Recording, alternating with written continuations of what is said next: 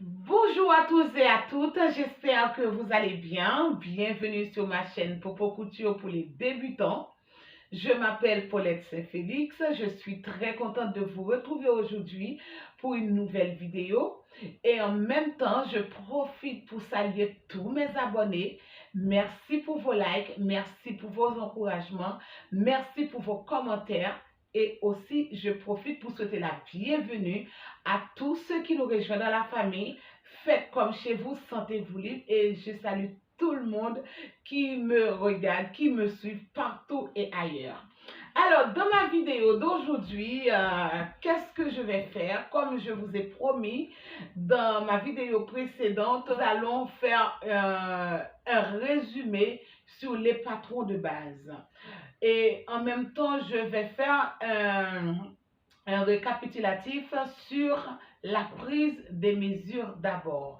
Même quand je l'ai déjà sur ma chaîne, mais je pense que ça va toujours vous servir parce que je sais qu'il y a beaucoup de gens qui savent coudre mais qui ne savent pas comment prendre des mesures.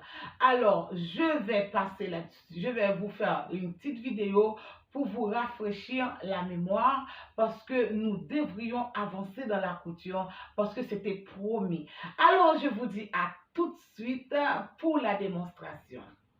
Je vous présente le mannequin pour la prise des mesures. D'abord, ce que j'aimerais bien vous faire savoir, c'est construit à la forme de notre corps. Et voilà le pourquoi que je tiens à vous expliquer, parce qu'il y a beaucoup de gens qui ne comprennent pas pourquoi on divise par 4 quand on prend les mesures, les contours. Je vais vous expliquer.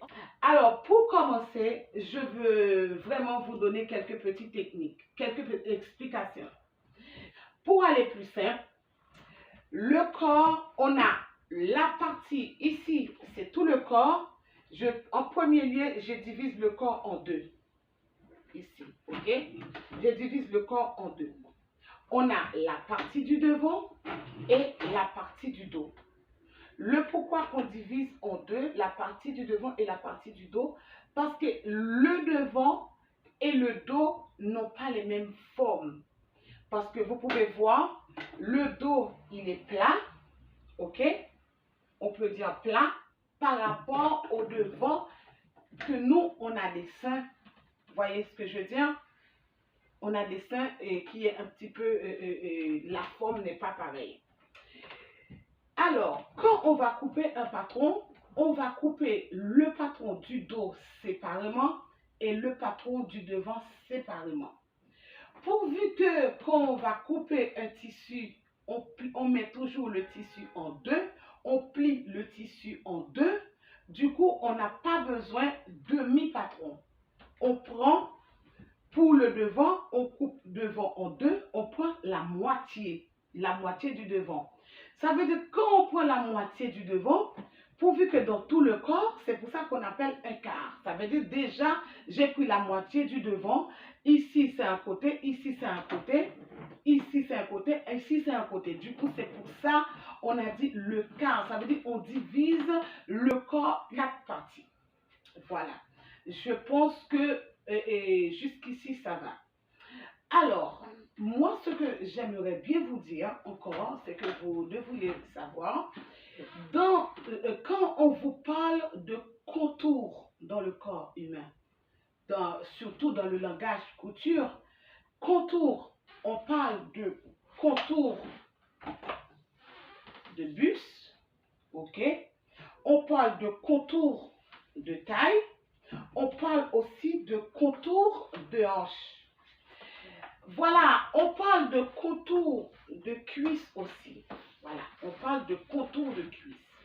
Je prends les contours de cuisse, je vais vous expliquer pourquoi. Il y a le contour du cou, de l'encolure ou contour cou, c'est pas, et ça, il y a une autre explication à vous donner là-dessus. Alors, quand on vous parle de contour, mettez dans votre tête, ce sont des mesures qu'on va diviser en 4, ok? Contour de taille, tout le tour, non, contour de buste ou poitrine, contour de taille, contour de hanche et contour de cuisse. Contour de cou, c'est une autre paire de manches. Quand on vous parle de largeur, par exemple, on peut dire la largeur de la carrure du devant, ou je l'appelle petite carrure, ou la largeur de carrure dos et la largeur d'écart sein. Quand on vous parle, il y a d'autres largeurs encore, il y a contour de bras, tout ce que vous voulez. Mais par contre, quand on vous parle de largeur, ce sont des mesures, ce sont des valeurs qu'on va diviser en deux quand on parle de largeur. Mais quand on parle de longueur corsage, longueur hanche ou hauteur corsage, ou hauteur sein ou longueur bras, ce sont des valeurs qui vont rester telles qu'elles sont. On n'a pas besoin de les diviser, à moins que si on va rajouter les valeurs de couture là-dessus. Ok? Jusqu'à maintenant, je pense que vous avez compris. Pour connaître la largeur de votre carrure dos, vous pouvez regarder au niveau de votre épaule. Vous allez sentir un os ici. Après, il y aura aussi pareil. Du coup, ces deux os-là, du coup, c'est ça qui va vous donner la largeur de carrure dos. Et n'oublie pas de bien passer le mètre-ruban au niveau, le mètre-ruban de ici à ici. Les deux os ici, c'est ça qui donne la largeur de votre carrure dos.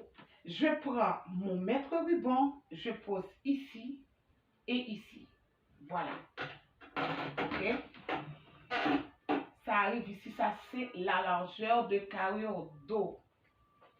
Alors, la largeur de la carrure du devant, c'est de ici à ici. Ok? Voilà. Mais vous n'allez pas arriver jusqu'ici. C'est de ici à ici. Ok? De ici à ici. On le met ici. Les deux côtés de sous-bois. Là où ça va commencer, vous voyez quand vous terminez comme ça, quand vous terminez, ça fait comme ça. Ça ici, c'est la largeur du carrure, la carrure du devant. Ok? Ici, je prends le contour de ma poitrine ou contour de buste. Je prends mon mètre-ruban, je tiens comme ça. Il faut faire toujours en sorte que le mètre-ruban soit bien positionné, ok, bien positionné ici au niveau du sein. Il faut passer le mètre-ruban au-dessus des deux pointes des seins. Il faut que ça soit assis carrément sur les seins. Parce que comme les seins, si vous le prenez comme ça, sans les seins, vous dites c'est ça le contour carrure et buste, c'est faux. Parce que c'est cette largeur-là qui va vous donner la largeur de votre buste. Parce que c'est la largeur la plus large ici, c'est là que vous le prenez avec le sein. Mais par contre, quand vous le prenez, il faut essayer de tourner le mètre-ruban comme ça pour que la mesure ne soit pas trop juste, ok? Ici encore, je prends le contour de taille. Voilà, le contour de taille, c'est toujours pareil. Vous laissez toujours un doigt à l'intérieur avec le mètre-ruban. Je ne sais pas si vous avez vu, j'ai laissé mon doigt, ok, mon doigt majeur à l'intérieur.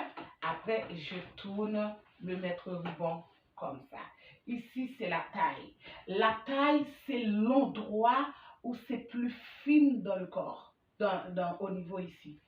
Voilà. Par exemple, moi, si je vais prendre ma mesure, le tour de ma taille, même quand mon nombril se trouve ici, je ne vais pas prendre le tour de ma taille au niveau de mon nombril. Pourquoi? Pour que je puisse avoir une meilleure forme. Ok? Une meilleure forme. Parce que sinon, ma robe, elle va, même quand mon nombril se trouve ici, ça dépend. Il y a des gens qui ont des tailles basses, leur nombril, c'est très bas. Mais nous allons prendre un côté un peu plus fin au niveau de la taille. Alors, ça c'est le tour de la taille. Ici, c'est le tour de la hanche. Ok? Le tour de la hanche, comment déterminer le tour de la hanche? Le tour de la hanche, c'est toujours pareil, je laisse un doigt et puis je fais tourner. Ici, dans le mannequin, vous pouvez voir, là où j'ai passé le bolduc, c'est l'endroit où c'est plus large au niveau de la hanche. Au niveau de la hanche, quand on parle le tour de la hanche, c'est là où il y a les culottes de cheval. Ici, on les appelle culottes de cheval. Là où les formes ressortent le plus, c'est là qu'il faut passer le mètre ruban. Ici, c'est le tour de la hanche. Et le contour des cuisses, ça dépend de vous. Vous pouvez le prendre ici, à partir d'ici. Le pourquoi on prend toujours les contours des cuisses, c'est quand on fait une jupe crayon ou une robe droite, on aimerait bien que la jupe épouse la forme de notre corps, la forme de notre cuisse, pour que ça soit pas trop large. Eh bien, vous devriez prendre le contour de votre cuisse. Alors, c'est la raison pour laquelle on a, je vous conseille, quand vous faites une jupe crayon, prenez le tour de votre cuisse. Alors, on prend aussi l'écart de votre sein. L'écart de votre sein, ici, c'est les deux pointes des seins qui sont ici. Et bien, qu'est-ce qu'on fait? Ça, c'est les pointes des seins, les pointes de ce sein. Je prends mon mètre ruban, je le mets ici. Je prends l'écart, je vais le diviser en deux. C'est ça qui va déterminer la largeur, la distance de ma pince sur le patron de base. Ok?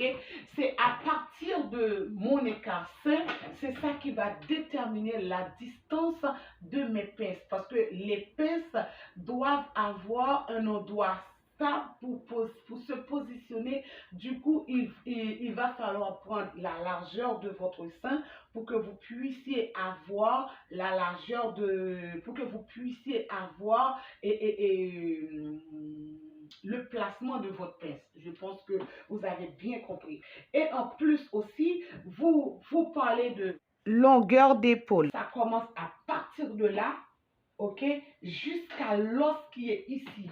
Le même os que j'ai parlé tout à l'heure, quand je prends la carré au dos, et bien du coup c'est ça. Alors, vous pouvez voir, moi sur mon corps, je prends cette partie-là, ok? Ça commence ici, dans le creux de mon cou, et puis jusqu'ici, mon os se trouve ici, ok? Alors, c'est ça qu'on peut appeler les mesures. Alors, pour les mesures, alors pour moi, j'essaye de vous expliquer pour qu'il n'y a pas trop de compréhension. Alors, je vais prendre la hauteur de mon buste. Hauteur de mon buste, je pose mon mètre ruban toujours au niveau de l'encolure, le creux de mon encolure, la hauteur de mon buste, et bien, j'arrive sur la pointe de mon sein. La pointe de mon sein, ça veut dire que c'est l'endroit la plus large qui donne la hauteur de mon buste, ok? La hauteur de mon buste. Et en même temps, je vais profiter aussi pour prendre la hauteur de ma taille. Quand je prends la hauteur de ma taille, je vais surveiller à ce que le mètre ruban passe bien sur mon sein, ok?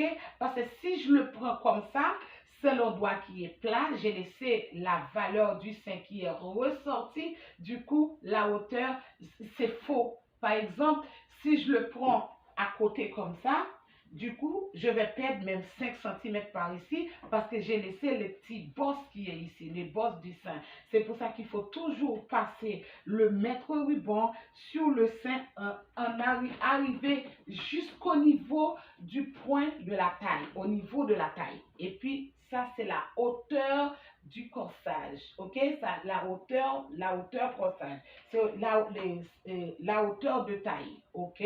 Hauteur de la taille, pardon. Alors, quand je parle de la hauteur de la hanche, je prends ma taille au niveau ici, de ici, je prends mon mètre ruban, je le pose au niveau ici, et puis j'arrive à ce point, la hauteur de ma hanche qui est l'endroit la plus large du bas, ok, jusqu'à ma culotte de cheval. Par exemple, je prends ici. Par exemple, ici à ici. Le pourquoi que vous pouvez voir que les mesures sont bien positionnées sur le mannequin, parce que le mannequin, elle a les mesures, elle a les formes bien proportionnées, parce que nous, on voit le mannequin, il est bien foutu, on voit sa taille est bien marquée, ses bustes est bien marqué, sa hanche c'est bien marqué. Ça veut dire, il ne faut pas vraiment que vous mettiez dans votre tête que on a les mêmes morphologies que le mannequin. Parce que nous, les mannequins, ça reste stable. Même après 20 ans, elles gardent toujours le même corps. Ils gardent toujours le même corps. Ils gardent toujours le même corps. Nous, notre corps, ça, ça s'évolue avec le temps. Après les enfants, avec l'âge, avec tout ce que vous voulez, et bien du coup, notre corps ne va plus rester. On était dans 36, on passe du 38, on passe à 40, même à 50. Vous voyez ce que je veux dire? C'est pour ça, c'est bien quand vous savez coudre, au moins s'il y a quelque chose que vous n'arrivez pas à voir votre taille dans le magasin, vous pouvez la confectionner vous-même tout en sachant que les bonnes mesures qu'il faut. Mon conseil pour vous, quand vous prenez quand vous prenez la taille de quelqu'un, je vous conseille de prendre un petit ruban ou un fil ou un élastique. Vous faites la personne met ce ruban autour de autour de sa taille, pour pouvoir marquer l'endroit même de la taille de la personne. C'est plus facile pour vous de vous retrouver la taille de la personne. Peut-être la personne, elle porte sa ceinture un petit peu plus bas. Vous voyez, un petit peu plus bas. Mais c'est la raison pour laquelle ça aurait été mieux que vous marquez la taille de la personne avec une ceinture ou un élastique ou quoi que ce soit. Voilà, je pense que j'ai tout dit. Et en plus, ce que j'aimerais bien vous expliquer, le tout du cou, c'est, vous prenez le cou, ok, comme ça, le tout de l'encolure ou du cou, ce serait comme ça. On laisse toujours un doigt à l'intérieur. Mais la seule différence dans le contour du cou, c'est que vous n'allez pas le diviser en 4, mais vous allez le diviser en 5. Le pourquoi vous le divisez en 5? Parce que n'oubliez pas, au niveau du cou, quand vous allez tracer l'encolure sur le corsage, ça ne va pas rester droit.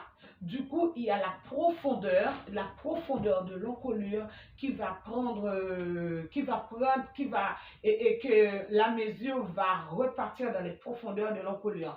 Alors, si le contour, ça fait 45, ça c'est un exemple, je divise en 5, je vais avoir la largeur de mon encolure qui va une valeur de 9 cm. Et ici, c'est à vous de voir quelle longueur, quelle profondeur. Si vous voulez, vous pouvez faire une profondeur minimum de 10 ou plus petit, ça dépend ce que vous faites, ou plus large si vous voulez, et décolleté, ça c'est à vous de voir. Je vous dis à très bientôt pour une nouvelle vidéo. Si ma vidéo vous a plu, eh bien n'hésitez pas à me laisser un like ou un commentaire et faites partager autour de vous pour faire profiter les autres. Et je vous dis à très bientôt. Ciao.